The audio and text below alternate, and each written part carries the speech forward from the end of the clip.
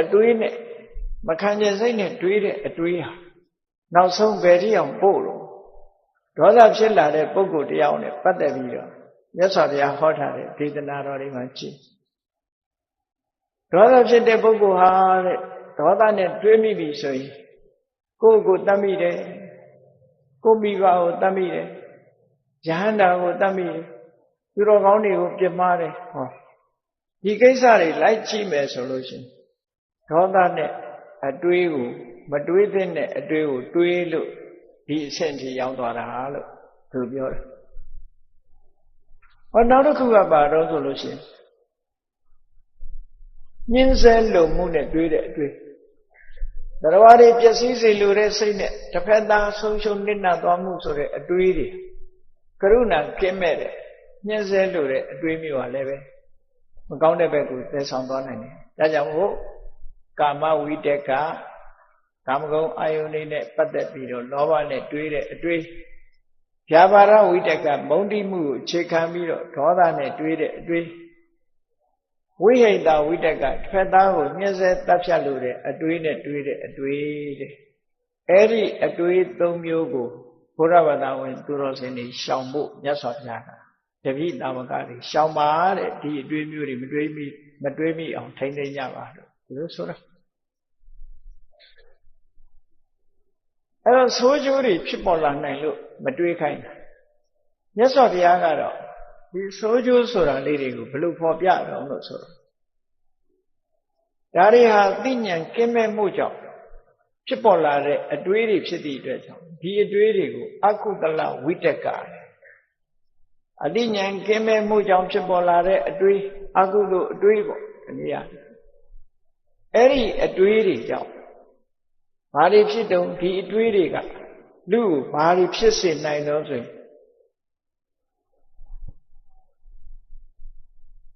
အန္တကရဏအန္တဆိုတာကမ်းသွားအောင်ကရဏလုံးနိုင်စွမ်းရှိတယ်ဒီအတွေး၃မျိုးတည်းကတခုခုတွေးလို့ရှိရင်လူဟာအကြောင်းအကျိုးကိုမြင်နိုင်စွမ်းမရှိလို့အသိဉာဏ်အနေနဲ့ကမ်းသွားနိုင်တယ်မျက်စိကမ်းသွားရင်မမြင်ရတယ်လို့အသိဉာဏ်ကွယ်ပြောက်သွားတဲ့ပုဂ္ဂိုလ်တရားဟာလေမျက်ကမ်းလိုပဲ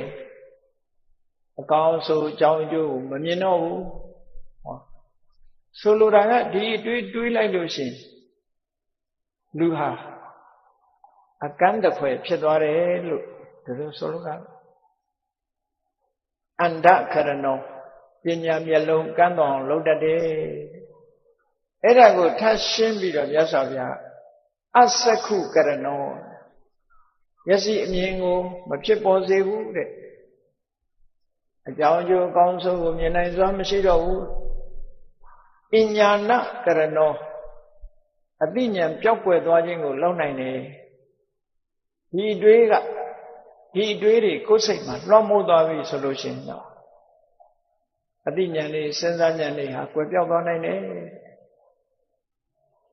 အသိဉာဏ်လေးကင်းမဲ့သွားစေနိုင်တယ်ရှိတဲ့အသိဉာဏ်လေးတောင်ပညာနိရောဓိကောစဉ်းစားဉာဏ်လေးလုံးဝချုပ်ပြတ်သွားနိုင်တယ်ဒီလိုဟောတာမြတ်စွာဘုရားဟောနောက်တစ်ခုကအနိဗ္ဗာန်သံဝတ္တနိကောဒီတွေးတွေးနေလို့ရှိရင်ကိလေသာဆိုတဲ့အပူတွေဘယ်တော့မှမငြိမ်းဘူးတဲ့ကိလေသာအပူမီးတွေကိုမငြိမ်းစေနိုင်တဲ့အတွေးတွေဆိုလိုတာကဟောဒီအတွေးတွေးလာလို့ရှိရင်ဖြစ်ပေါ်လာနိုင်တဲ့ဆိုးချိုးတွေကိုမြတ်စွာဘုရားဂျုံငုံသုံးသပ်ပြီးတော့ပြတယ်ဒီတွေးနေလို့ရှိရင်မင်းအကြောင်းကျိုးကိုမမြင်မှုမျက်စိကန်းသွားတဲ့လူလိုအကြောင်းကျိုးမမြင်တော့ဘူးအစက္ခုကရဏောဘယ်တော့မှအမြင်မျက်စိမရှိဘူးအညာနာကရဏောအသိတွေကွယ်ပေါက်သွားနိုင်တယ်ပညာနိရောဓိကောအသိပညာတွေချုပ်ဆုံးပျောက်ကွယ်သွားနိုင်တယ်အနိဗ္ဗာန်သံဝတ္တနိကောစိတ်နှလုံးအေးချမ်းမှုကိုလည်းဘယ်တော့မှဖြစ်မှာမဟုတ်ဘူး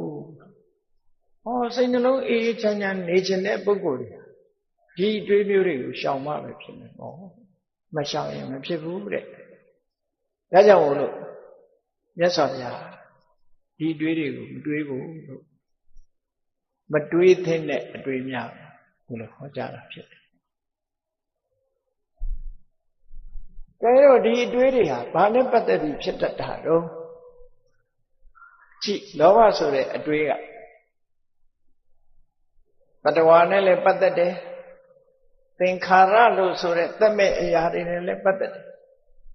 သက်ရှိနဲ့ပတ်သက်တယ်သက်မဲ့နဲ့ပတ်သက်တယ်ဒီလိုဆိုလို့လောကလူတွေလိုချင်တယ်နှစ်သက်တယ်လောဘနဲ့တွေးတာဉာဏ်နာတွေဟာသက်ရှိနဲ့ပတ်သက်ပြီးတော့လည်းတွေးမိတတ်တယ်သက်မဲ့အရာတွေနဲ့ပတ်သက်ပြီးတော့လည်းတွေးတတ်တယ်သက်ရှိအပေါ်မှာတွေ့တာမှုတွေဖြစ်ပေါ်လာတတ်တယ်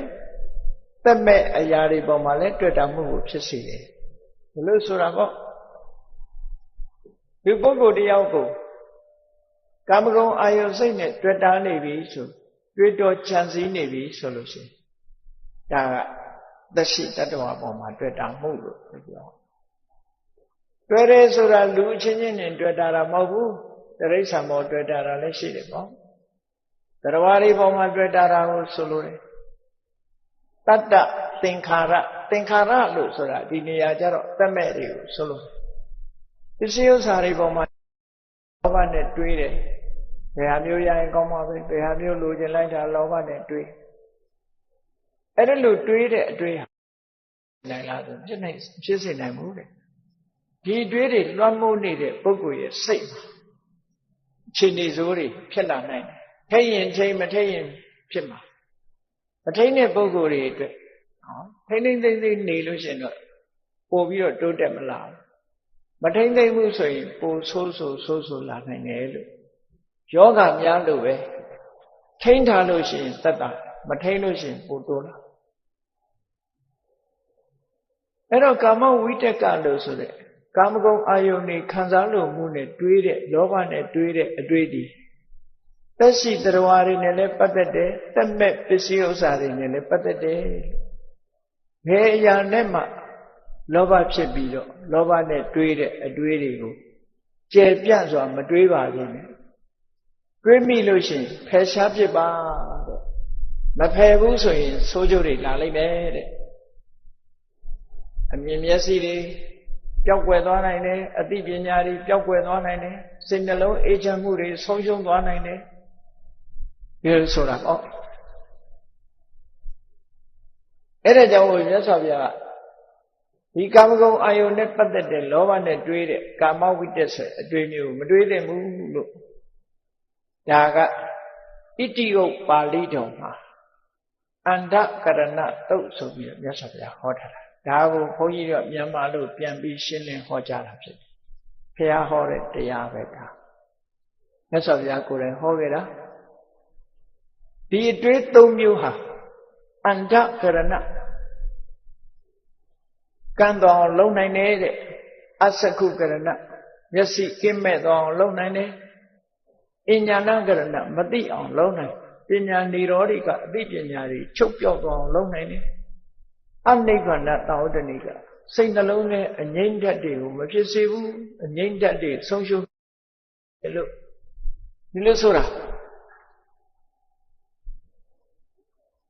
အဲ့ဒီထဲမှာနံပါတ်1ကာမဝိတ္တကတရားဝါတွေ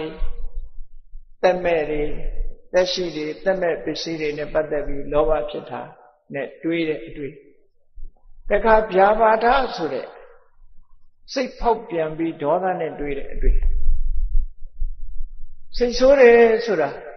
သက်ရှိတ attva ကိုသာဆိုးတာမဟုတ်ဘူးသက်မဲ့အရာတွေပေါ်မှာလည်းစိတ်ကဆိုးရတယ်သက်ရှိတ attva တွေပေါ်မှာစိတ်ဆိုးတယ်လို့သက်မဲ့အရာတွေလေတိုက်ရင်တိုက်တယ်မိုးရွာရင်ရွာတယ်မရွာရင်မရွာဘူးနေပူရင်ပူတယ်နဲ့လူတွေစိတ်ဆိုးမှုတွေဆိုတာသက်ရှိတယ်မကဘူးသက်မဲ့ပါစိတ်ဆိုးတတ်တယ်နော်အဲ့ဒီလိုဗျာပါဒဆိုတဲ့စိတ်တိုးနေတဲ့ပုဂ္ဂိုလ်တယောက်ဗျာပါဒဆိုတဲ့ဒေါသလွှမ်းပြီးတော့တွေးနေတဲ့ပုဂ္ဂိုလ်တယောက်ဟာတစ်ဖက်သားပျက်စီးမှုအမြဲတမ်းကြံစည်မိနေတတ်တယ်ပေါ့အဲ့ဒီမှာလည်းပဲတရားနဲ့ပတ်သက်ပြီးတော့ဒေါသဖြစ်တယ်သက်မဲ့အရာဝတ္ထုတွေနဲ့ပတ်သက်ပြီးတော့ဒေါသဖြစ်တယ်အဲ့ဒါလို့ဒေါသဖြစ်လာပြီဆိုလို့ရှိရင်ဘာဖြစ်လဲ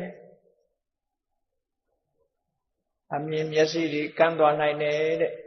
အသိဉာဏ်တွေတုံးသွားနိုင်တယ်စိတ်နှလုံးအေးချမ်းမှုတွေဆုံးရှုံးသွားနိုင်တယ်ဟုတ်မဟုတ်ကိုယ့်ဟာကိုစဉ်းစားပေါ့ဒေါသနဲ့တွေးပြီးတော့စိတ်တိုးနေတဲ့စိတ်ကောက်နေတဲ့လူတယောက်ညတောင်အေးချမ်းချမ်းအိတ်နေမှာမဟုတ်ဘူးမကြည်မနှက်တွေဖြစ်နေသမင်းတော်မစားနိုင်ဘူးဟောမကြည်မနှက်ဖြစ်နေသမင်းတော်မစားဆင်းရဲဒုက္ခတွေနဲ့ပဲကြုံနေတာအဲ့ဒါကြောင့်မို့ဒီအတွေးတွေမတွေးနေနဲ့ဒေါသနဲ့တွေးတဲ့အတွေးတွေမတွေးရဘူးတွေးရင်ဆိုးကျိုးတွေဆက်လက်ဖြစ်ပေါ်နေတယ်ရသော်ဘုရားဟောတာနောက်တစ်ခါဝိဟိတဝိတကအဲ့ဒါကြတော့ညှင်းဆဲတပ်ဖြတ်ဖို့အတွေးမျိုးကရုဏာကင်းမဲ့တဲ့အတွေးအဲ့ဒါကြတော့သက်ရှိတတဝါနဲ့ပဲသက်ဆိုင်သင်္ခါရနဲ့မသက်ဆိုင်ဘူးသင်္ခါရအပေါ်မှာတပ်ဖြတ်တယ်ဆိုတာမရှိဘူးနော်ဒါကဘုရားရဲ့အယူဆစိတ်ဆိုးပြီးတော့တစ်ပင်ခုတ်ဖြစ်တာဆိုရင်ဂျိန်းဝါဒအရာဆိုရင်တော့တစ်ပင်ဟာအသက်ရှိတယ်သက်ရှိအနေထားလို့